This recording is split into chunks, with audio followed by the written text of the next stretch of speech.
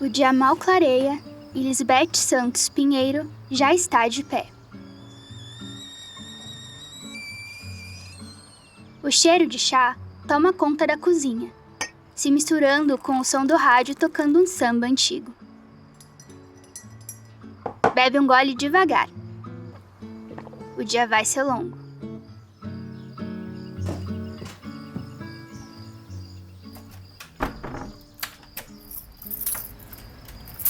Fecha a porta de casa, ajeita a bolsa de artesanato no ombro e segue em direção ao ponto de ônibus. Lisbeth mora na Restinga, bairro periférico de Porto Alegre, no Rio Grande do Sul. De lá até o Brick da Redenção, tradicional feira de artesanato que acontece aos domingos, onde expõe suas peças há 20 anos no centro da cidade, é mais de 1 hora de busão.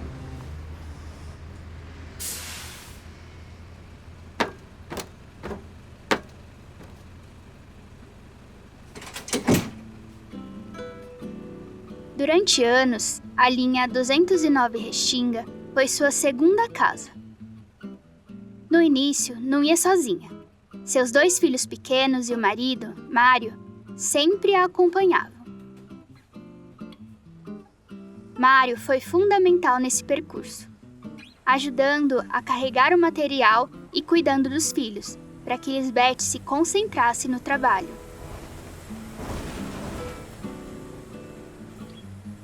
Do trajeto do busão, ela já conhecia cada buraco do caminho, cada ponto onde o motorista precisava frear com mais calma.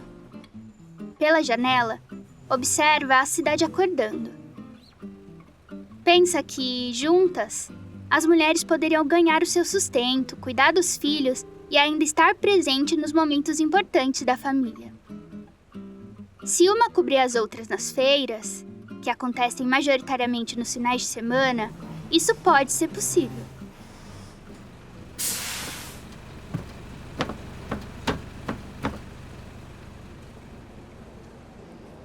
Chegando à feira, Lisbeth sente o peso do desafio.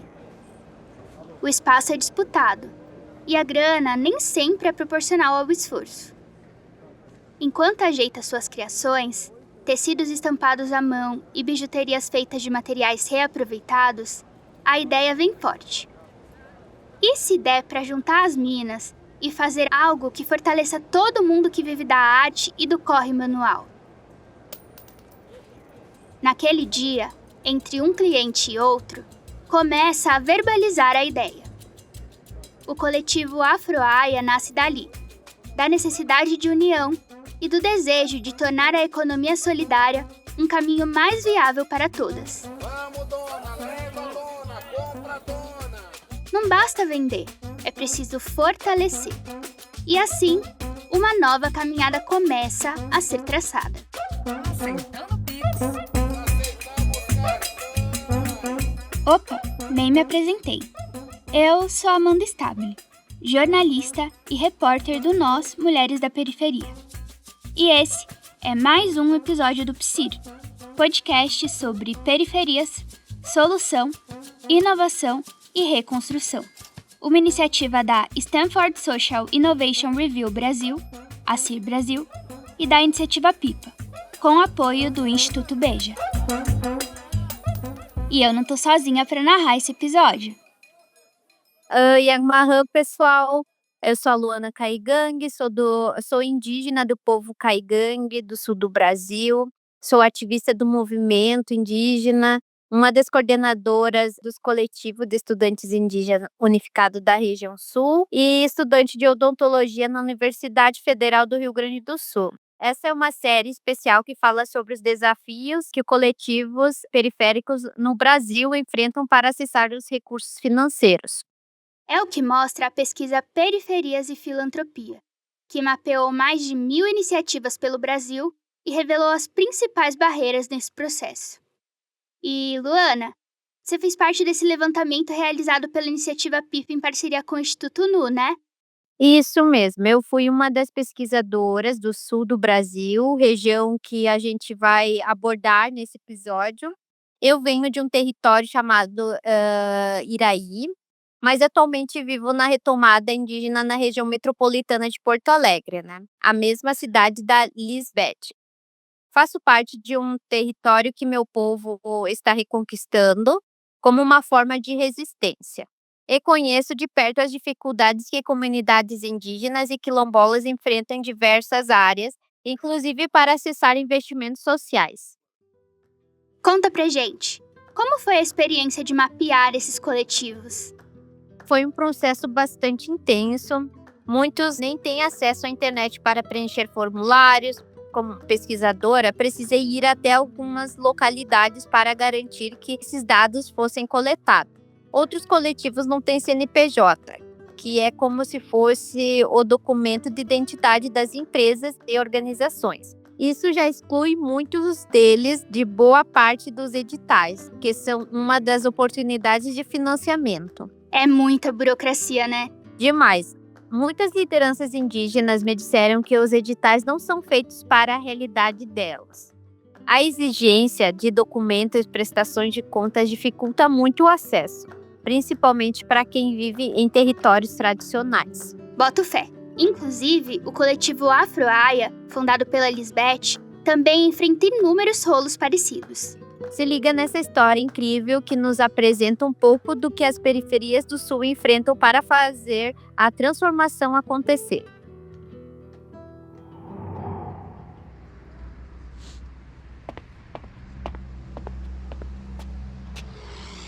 Lisbeth é moradora de periferia de uma comunidade aqui de Porto Alegre que se chama Restinga. É uma comunidade que foi trazida quase como os escravos, foi enxotada das regiões centrais da cidade e veio para cá, veio parar aqui na Restinga, que é um lugar mais distante do centro de Porto Alegre. E aí é muito importante eu começar me apresentando pela minha comunidade, porque isso diz muito das minhas experiências, né? Lisbeth tem 54 anos de idade e 35 só de experiência como artesã. Criou seus filhos e construiu sua casa sustentada por esse trabalho.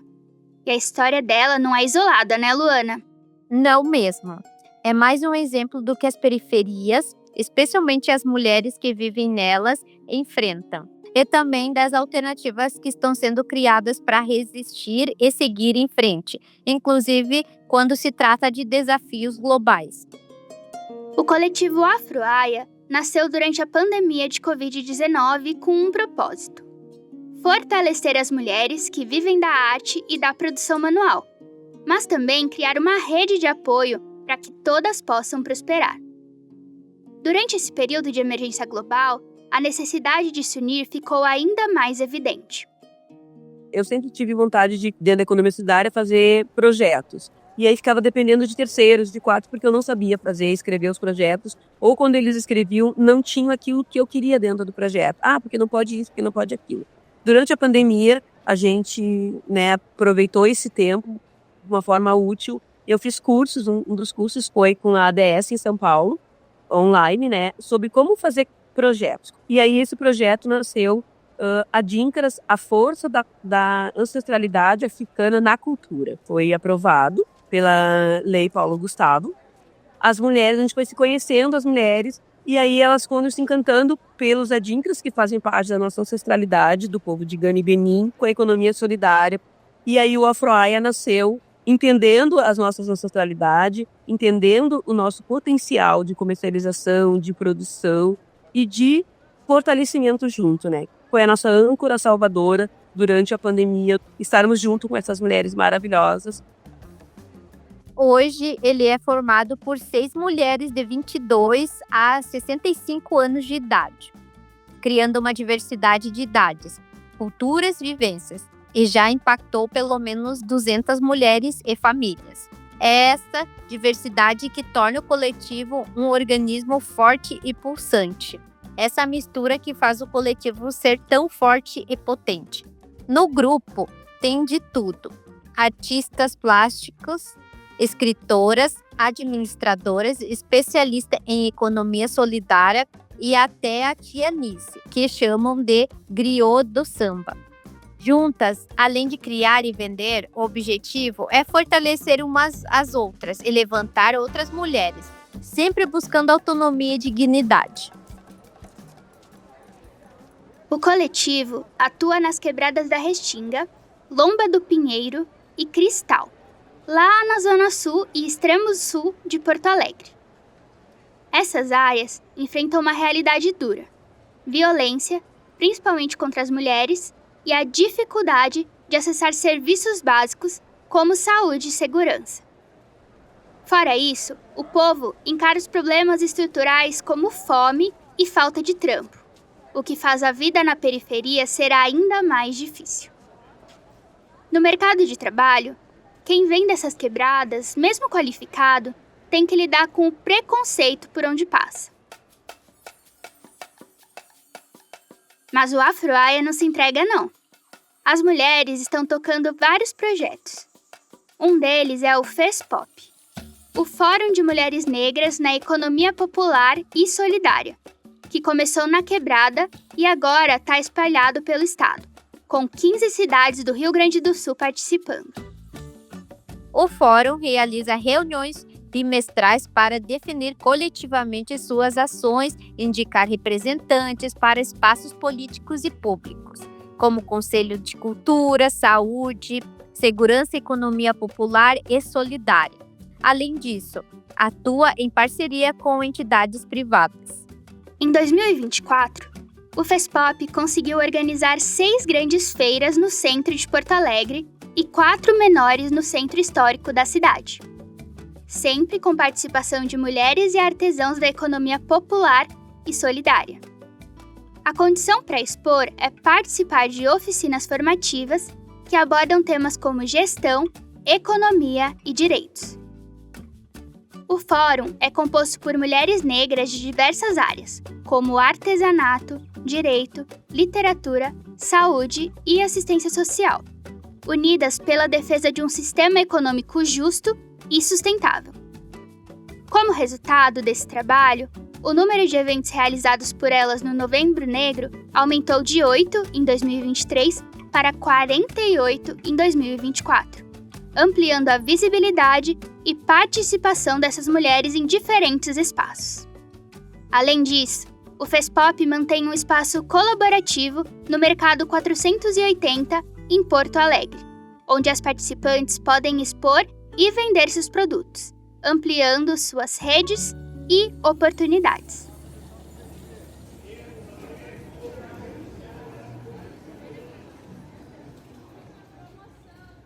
O projeto Jornada Cultural, que é um projeto que a gente une a juventude que está nas nossas famílias, que está com os nossos amigos e que tem uma veia artística, né? Então, que se apresentam com hip hop, com dança, com teatro, com poesias, junto com as nossas mulheres experientes, né? Do coletivo FESPOP, do Fórum FESPOP e do coletivo Afroaia, que se apresentam. Então, a gente tem a nossa griot das letras, a Maísa Lemos, que vai lá e declama os poemas, junto com os jovens. Tem a Isabeth, que é também a nossa escritora, a Lu Pinheiro, que é a nossa cantora de samba maravilhosa, né? E aí, a experiência das nossas mais velhas, mais experientes com os jovens, demonstra para eles o quanto que a gente pode se fortalecer, o quanto que a gente pode continuar nessa caminhada da arte e o quanto que a arte faz benefícios não só na questão do dinheiro, de ganhar ou de fama, mas sim para a alma, né? Para estar bem coletivamente, para estar bem contigo e passar esse estar bem para as pessoas. A Gisele Neves, que também é do Afroaia, que é a coordenadora desse projeto e tem como apoiador a FLD, Fundação Luterana de Diaconia, e o IDES, né, que ajudam a gente a fazer esse projeto.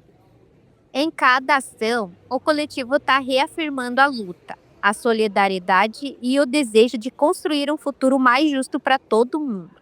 O outro projeto é das feiras, pelo FESPOP e pelo Afroaia, que é, visto que a gente estava nesse problema que logo das enchentes, agora esse ano, né?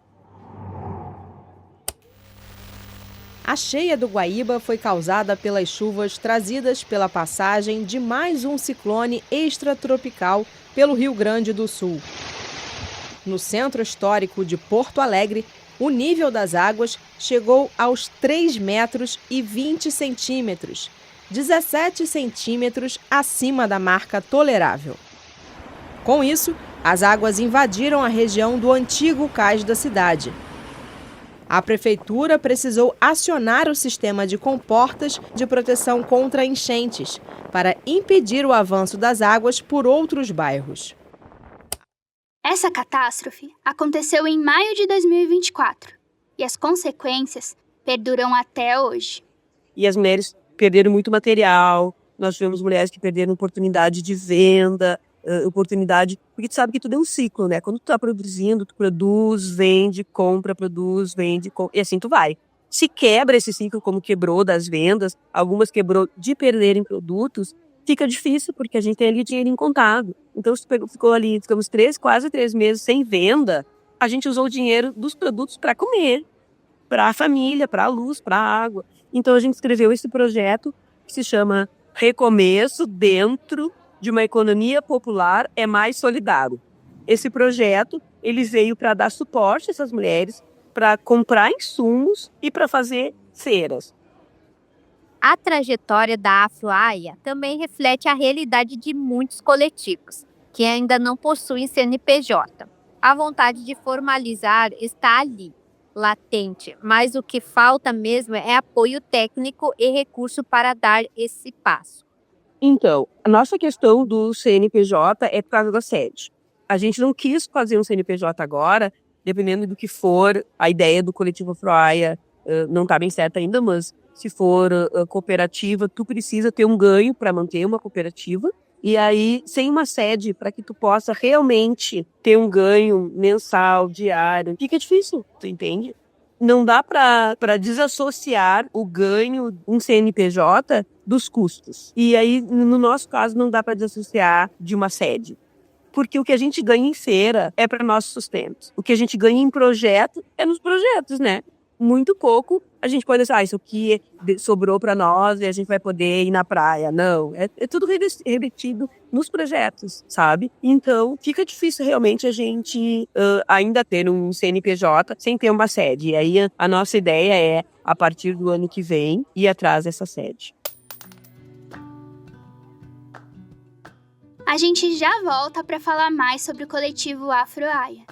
Mas é importante destacar alguns dados da pesquisa que ajudam a contextualizar tudo o que a Lisbeth compartilhou com a gente. Para começar, a pesquisa Periferias e Filantropia mapeou mais de 1.000 iniciativas no Brasil. 90% delas estão em áreas periféricas, e os outros 10% atuam em prol das periferias, apesar de não estarem geograficamente localizadas nelas. São ações que funcionam como pontes para conectar as comunidades ao acesso a direitos básicos, enquanto criam soluções para problemas locais. Agora, lembrando, a Lisbeth falou sobre as dificuldades de formalizar o coletivo por falta de estrutura, como uma sede. Esse é um desafio muito comum. A pesquisa mostrou que 52% dos coletivos não têm CNPJ, que a gente explicou que é como um documento de identidade das organizações. Isso limita o acesso a editais e financiamentos. Sem recurso, muitos grupos, assim como a Afro-AIA, acabam dependendo de projetos específicos ou da renda gerada em feiras para se manter. Mesmo com tantas barreiras, a força e a criatividade desses coletivos são impressionantes. 91% das iniciativas acreditam que seus trabalhos impactam diretamente a economia local, gerando redes de fortalecimento comunitário. É exatamente o que a Lisbeth contou sobre a economia solidária no Afro-AIA. Como o coletivo foi criado para enfrentar as dificuldades, apoiar a comunidade e gerar oportunidades.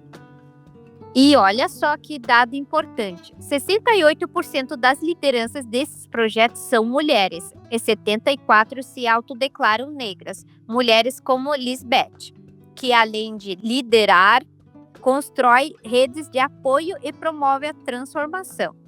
Esses números ajudam a gente a entender melhor a potência de trabalho da Lisbeth, uma das tantas outras mulheres que estão à frente dessas iniciativas. É sobre resistir e inovar mesmo em meio a tantos desafios. A realidade de quem toca esses projetos muitas vezes é bem puxada. Quase todas as mulheres que estão à frente dessas iniciativas têm outros corres para garantir o sustento de casa, além de se dedicar ao trabalho comunitário e, claro, aos afazeres de casa.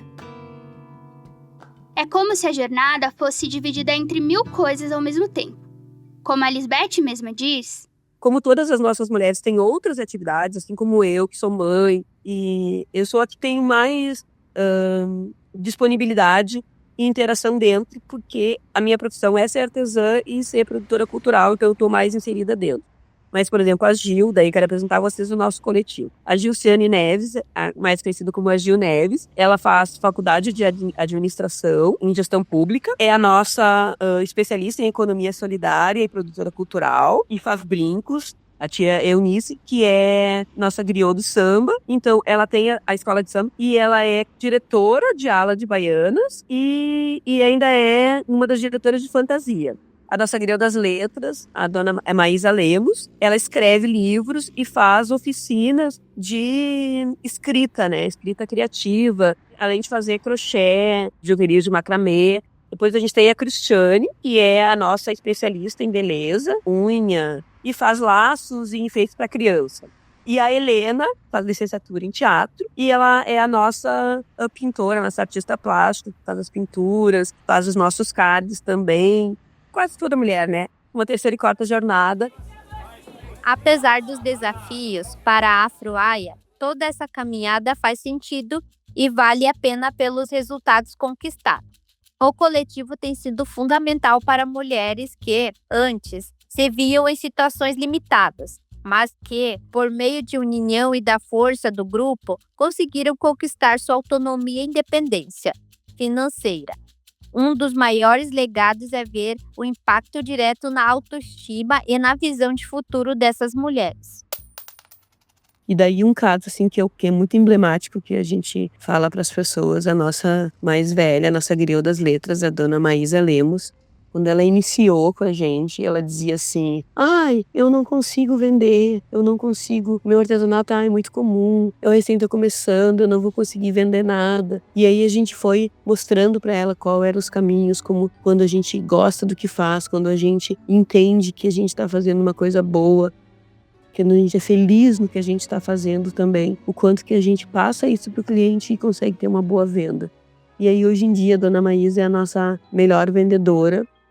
Ela consegue conversar, ela consegue falar com os clientes e ela já tem um livro publicado sobre as memórias dela, que fala sobre a vida dela, e é muito importante isso, o quanto que ela se empoderou, o quanto que ela conseguiu, através do coletivo Afro-Aya, entender o poder dela, o valor dela e o quanto que ela podia mostrar para as pessoas através disso, através desse trabalho dela, o quanto que ela podia mostrar que as pessoas e que as mulheres e que as crianças também podem. E hoje ela é, além da nossa melhor vendedora, também dá oficinas de escritas para as crianças, e a gente fica muito feliz vendo o quanto que a dona Maísa desabrochou, mesmo já tendo uma idade, né? Ela conseguiu retomar aquela alegria de ser uma jovem senhora. Olá, eu sou Gelson Henrique, diretor executivo da Iniciativa Pipa, que é essa organização que está pensando democratização de recursos e periferias no Brasil. É muito importante nós termos esses espaços de debate, como o que traz a dona Lisbeth, a Luana, a Amanda, para entender qual é a realidade das periferias brasileiras. Quando nós falamos da importância da filantropia e do ISP, olhar para as organizações que estão nas bases, nas periferias, construindo a realidade com as próprias mãos, é porque essas gestoras e gestores enfrentam jornadas triplas e quádruplas de trabalho, que precisam estar no transporte público até altas horas da noite, que estão lutando por um fortalecimento territorial das suas periferias, por uma política de bem viver, para que cada vez mais desigualdades sejam enfrentadas e superadas nos territórios. Essas organizações vivem com muito pouco recurso. Muitas vezes vivem sem recurso algum, usando o dinheiro do próprio bolso. Mesmo assim, essas organizações fazem acontecer a realidade. A filantropia precisa olhar para isso com urgência, para entender que essas organizações que estão na ponta precisa ser fortalecida, pois elas já estão tecendo uma rede de iniciativa que já está mobilizando o território e que precisam de ser financiadas.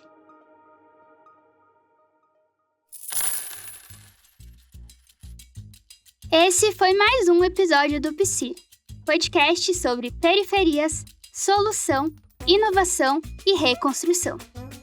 Essa conversa reforçou ainda mais o quanto as iniciativas periféricas não são apenas beneficiárias, mas protagonistas das mudanças. Ao investir em coletivos como a Afroaia, estamos promovendo equidade, cultura e transformação social. Com certeza. Muito obrigada a quem nos escutou até aqui e muito obrigada a você, Luana, por ter aceitado narrar esse episódio com a gente e compartilhar um pouquinho da sua experiência. Eu que agradeço o convite. Foi uma experiência muito especial poder compartilhar um pouco do que vivenciei durante a pesquisa e falar sobre as potências e desafios dessas organizações no sul do Brasil. Acredito que é fundamental termos mais espaços como esses, que dão visibilidade ao trabalho de coletivos e comunidades que seguem resistindo e construindo soluções para um futuro mais justo. Espero que essa conversa tenha trazido reflexões importantes para quem nos ouviu. Muito obrigada e seguimos juntas nessa caminhada. E para quem quiser saber mais sobre a pesquisa Periferias e Filantropia, o link está aqui na descrição.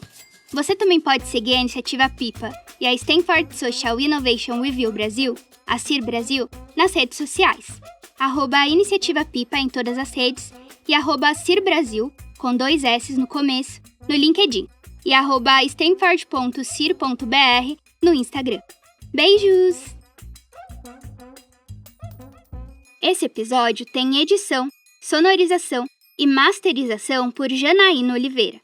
Trilha original por DJ Fino. A produção e o roteiro são meus, Amanda Stabile.